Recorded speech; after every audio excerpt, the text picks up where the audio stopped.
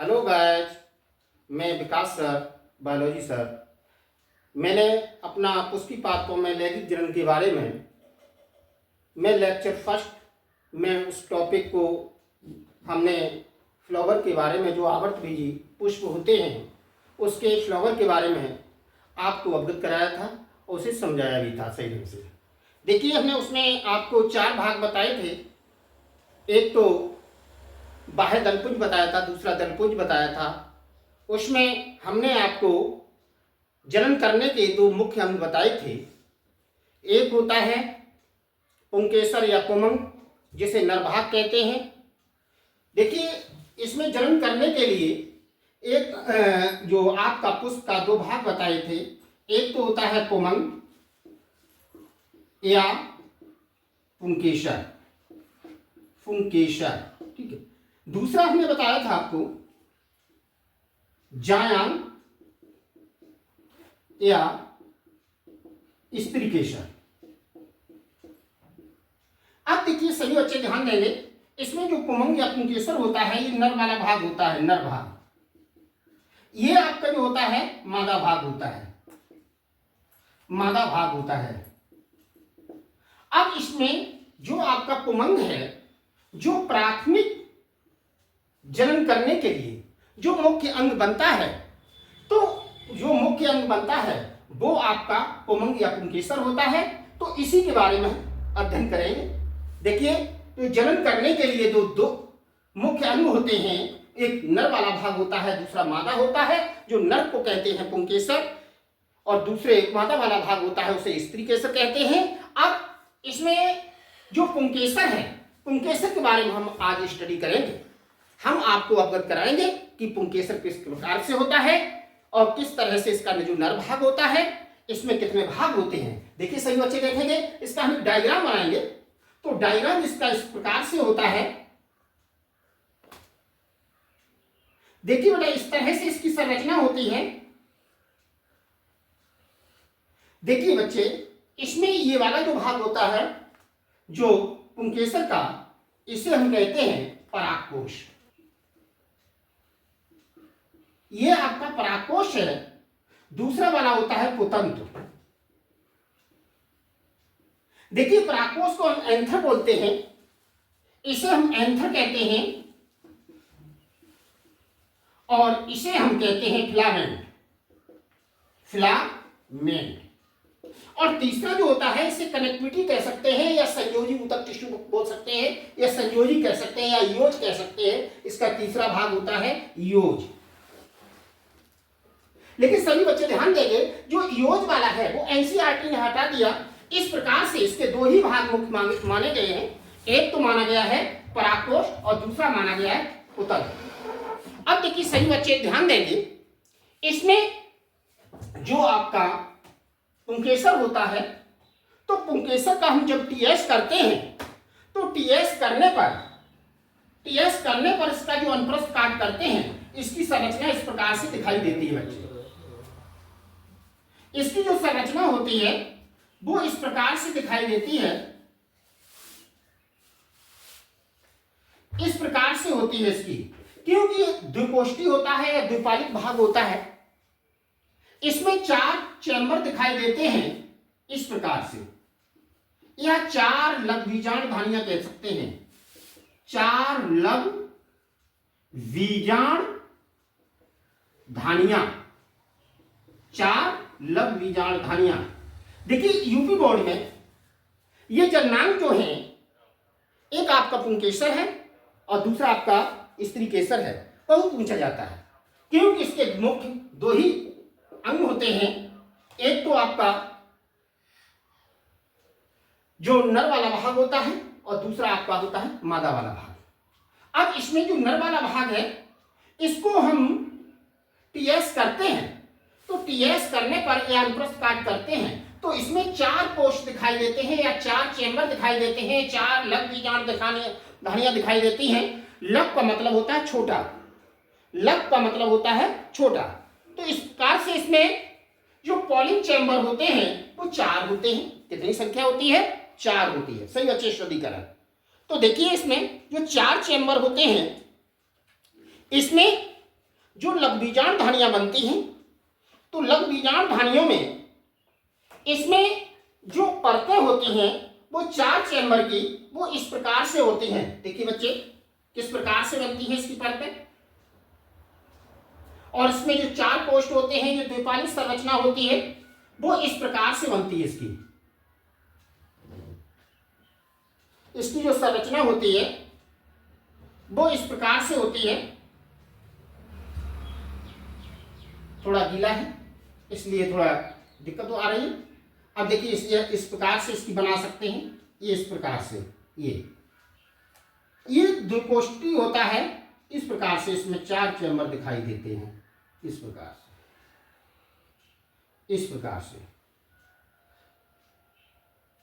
से इसमें 4 चैम्बर दिखाई देते हैं। ये 4 चैम्बर दिखाई देते हैं। इसमें जो 4 चैम्बर होते हैं, तो सबसे पहला वाला जो भाग होता है इसमें इसे कहेंगे बाह्य त्वचा। क्या कहेंगे? बाह्य त्वचा। दूसरा वाला भाग होता है, इसे हम कहेंगे अंतःस्थिसियम।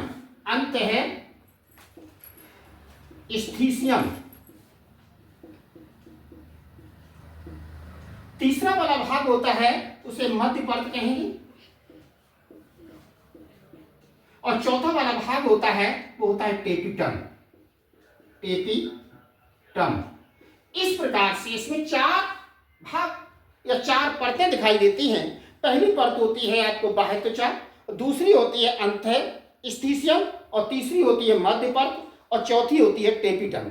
जो टेपिटम होता है, इसमें जो परागकण का निर्माण होता है, तो परागकण का निर्माण जो होता है उसे ये टेपिटम इसके अंदर होता है, वो उसे पोषण देने का कार्य करता है। क्या करता है? पोषण। जो पोषण देने का कार्य करता है, उसमें जो परागकण जो होते हैं वो विकसित हो जाते हैं, और विकसित होकर के धीरे धीरे वो डेवलपमेंट करते हैं, और डेवलपमेंट करके इस प्रकार से इसमें 4 परतें बन जाती हैं। एक तो होती है बाह्य त्वचा, दूसरी अंतःस्थिसियम, और तीसरी मध्य परत, और चौथा होता है टेपिटम। अब इसे बाह्य त्वचा को हम एपिडर्मस बोलते हैं। क्या बोलते हैं बच्चे? एपिडर्मस। ये एपिडर्मस होता है, इसे कहते हैं एंथोस्थिसियम। देखिए बच्चे, इसे कहेंगे एंडोथीसियम।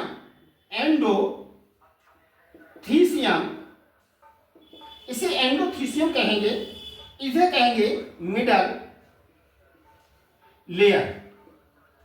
ये मिडल लेयर होती है, ये होता है आपका टेपिटम। इस प्रकार से इसमें 4 भाग हैं। इसमें जो टेपिटम होता है वो है एक मुख्य भाग होता है। मुख्य भाग इसलिए होता है, ये इसे पोषण देता है। क्या करता है? पोषण देने का कार्य करता है, न्यूट्रिशन देने का कार्य करता है, जो परागकण का इसमें निर्माण होता है। तो इसमें जो परागकण का निर्माण होता है, तो इस प्रकार से इसमें जो लघुबीजांड ध्वनियां बनती हैं वो 4 लघुबीजांड ध्वनियां बनती हैं। और इस प्रकार से इसमें जो 4 लघुबीजांड ध्वनियां बनती हैं उसमें एक छोटा एक गैमेट के रूप में जनन करने के लिए अंग इसमें विकसित हो जाते हैं, जो एक परागकण का रूप होते हैं। और जो परागकण का रूप होते हैं वो परागकोश के अंदर होते हैं, परागकोश में विकसित होते हैं। इस प्रकार से हमने नर वाले भाग, जो आपका पुंकेसर वाला भाग था, उसके बारे में इंटरनल स्टडी किया है।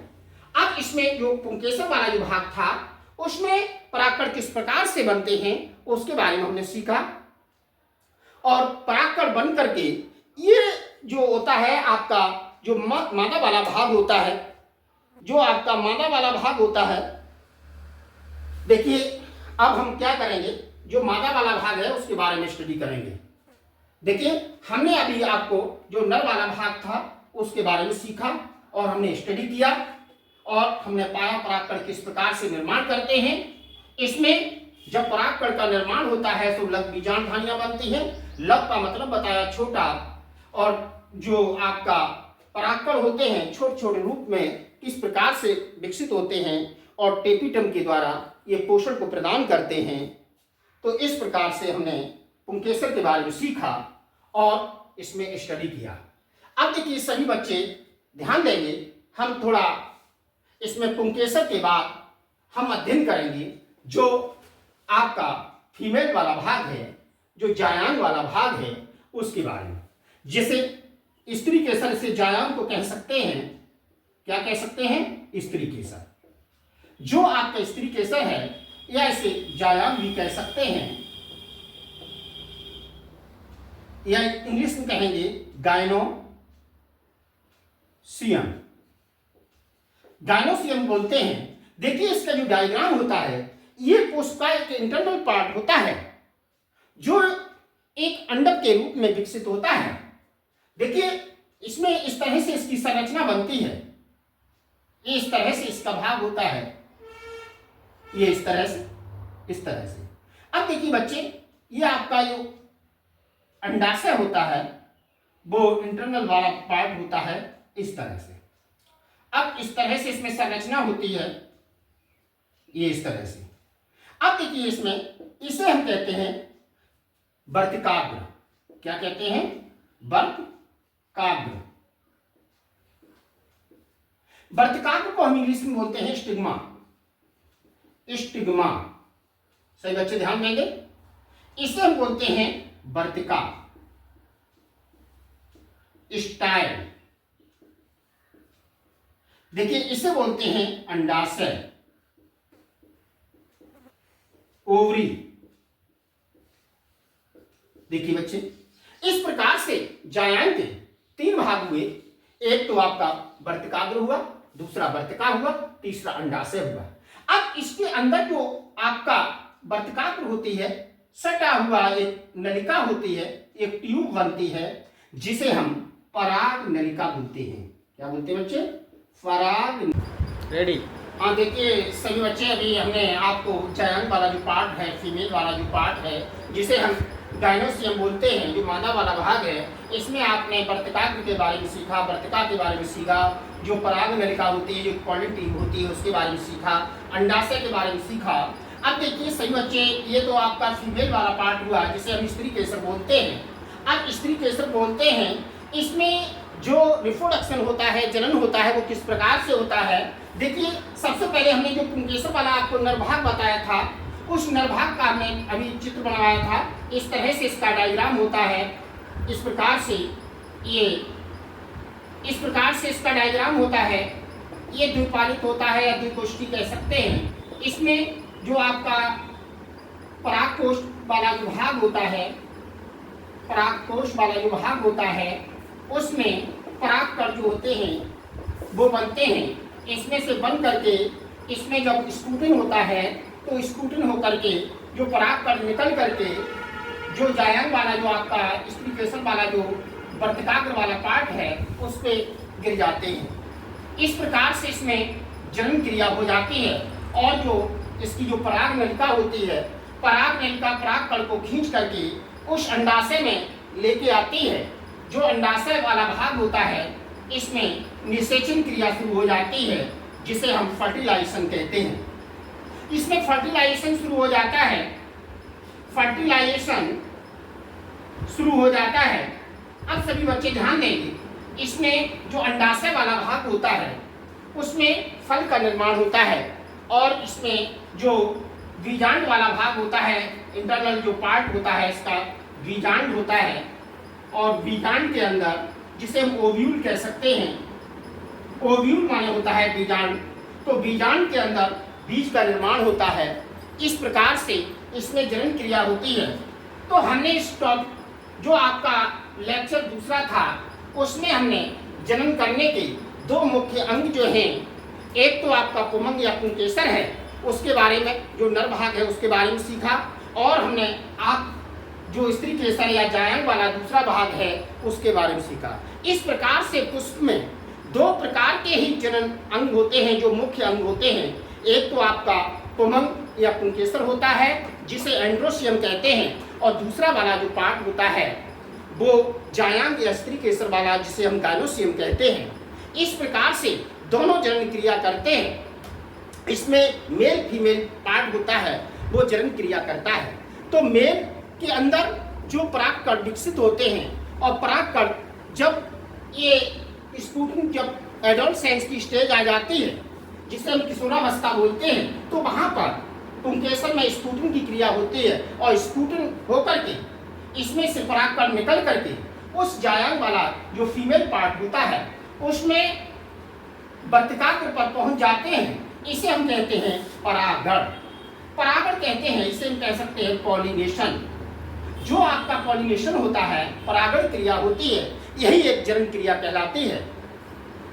तो देखिए सभी बच्चे, हमने लेक्चर दूसरा हमारा था, मैं हर टॉपिक को मैं बहुत ही बारीक से पढ़ाऊंगा और सभी बच्चे जो एनसीईआरटी यूपी बोर्ड का जो सिलेबस है हिंदी मीडियम का, सभी बच्चे स्टडी करें और सभी इसमें अपनी राय भी दें। अगर किसी बच्चे को कहीं से कुछ समझ में नहीं आ रहा है, उस टॉपिक को बार बार हमारे वीडियो को देखें और देख करके उसमें स्टडी करें। अगर नहीं भी समझ आता है तो हमारा मोबाइल नंबर 9411055274 पर संपर्क करें और हमें अपनी राय भी दें। धन्यवाद। ये लाइव था वो सभी नोट कर लीजिए, 9411055274। और सभी बच्चे हमारे वीडियो को लाइक शेयर करें और कमेंट्स करें और सभी बच्चे अपनी राय भी दें और सुझाव भी दें और हमारे वीडियो को सब्सक्राइब करके थोड़ा हर जगह पहुंचाने का कष्ट करें। हर सभी बच्चे हमारे चैनल को सब्सक्राइब करें और सभी बच्चे जो भी इस टॉपिक को बारी बारी से स्टडी करें और जो भी बच्चे निर्धन छात्र हैं उन्हें भी अवगत कराएं, वो भी हमारे चैनल को देखें। और मैं यहाँ पर बिल्कुल निःशुल्क, कोई चार्ज नहीं लिया जा रहा है। सभी बच्चे घर पर बैठ करके, अभी छुट्टियाँ चल रही हैं, इसमें हमारे ऑनलाइन क्लास को ले सकते हैं, संपर्क कर सकते हैं। हमारा मोबाइल नंबर सभी बच्चे नोट कर लें, 9411055274।